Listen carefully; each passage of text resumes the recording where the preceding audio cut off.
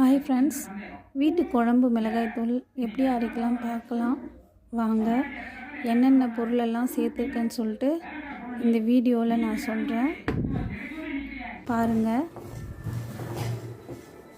சீரகம் 50 கிராம் நல்லா பொன்னிறமாக வறுத்துக்கணும், ரொம்ப தீயெல்லாம் விடக்கூடாது. மிளகு 50 கிராம், இதுவும் பொன்னிறமாக வறுத்துக்கணும். வெந்தயம் 50 கிராம் நல்லா பொன்னிறமாக வறுத்து பொடி பண்ணி எல்லாத்தையுமே ஒரு தட்டில் போட்டு வச்சுக்கணும். சோம்பு 50 கிராம், கடுகு 50 கிராம்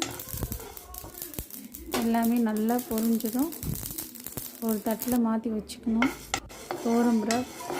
பருப்பு 50 கிராம், பருப்பை நல்லா வறுத்து எடுத்துக்கணும். அப்புறம் கடலைப்பருப்பு 50 கிராம், இதையும் நல்லா வறுத்து எடுத்துக்கணும். கொஞ்சம் லைட்டாக ப்ரௌனாக வர வரைக்கும் நல்லா வறுத்து எடுத்துக்கணும். கடலைப்பருப்பை வறுத்ததும் எல்லாத்தையும் ஒரு தட்டுக்கு மாற்றி வச்சுக்கணும். அப்புறம் பச்சரிசி 50 கிராம். பச்சரிசி எதுக்கு சேர்க்கணும்னா குழம்பு நல்லாயிருக்கும். வெஜிடேரியனுக்கும் நான் வெஜிடேரியனுக்கும் நல்லாயிருக்கும். மஞ்சள் 50 கிராம், சுக்கு 50 கிராம், பெருங்காயம் 50 கிராம் எல்லாத்தையும் சேர்த்து தட்டில் கொட்டி வச்சுருக்கேன். கருவேப்பிலை கொஞ்சமாக எடுத்து வச்சுருக்கேன்.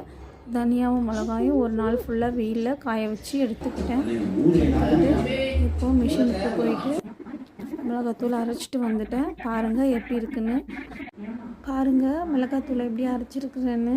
மிளகாத்தூள் நல்லா வாசமாக இருக்குது. இதை யூஸ் பண்ணி பாருங்கள். இந்த குழம்பு மிளகாய்த்தூள் வெஜ் நான் வெஜிடேரியன் ரெண்டுத்துக்குமே யூஸ் பண்ணிக்கலாம். நல்லா சுவையாக இருக்கும். நீங்கள் செஞ்சு பாருங்கள்.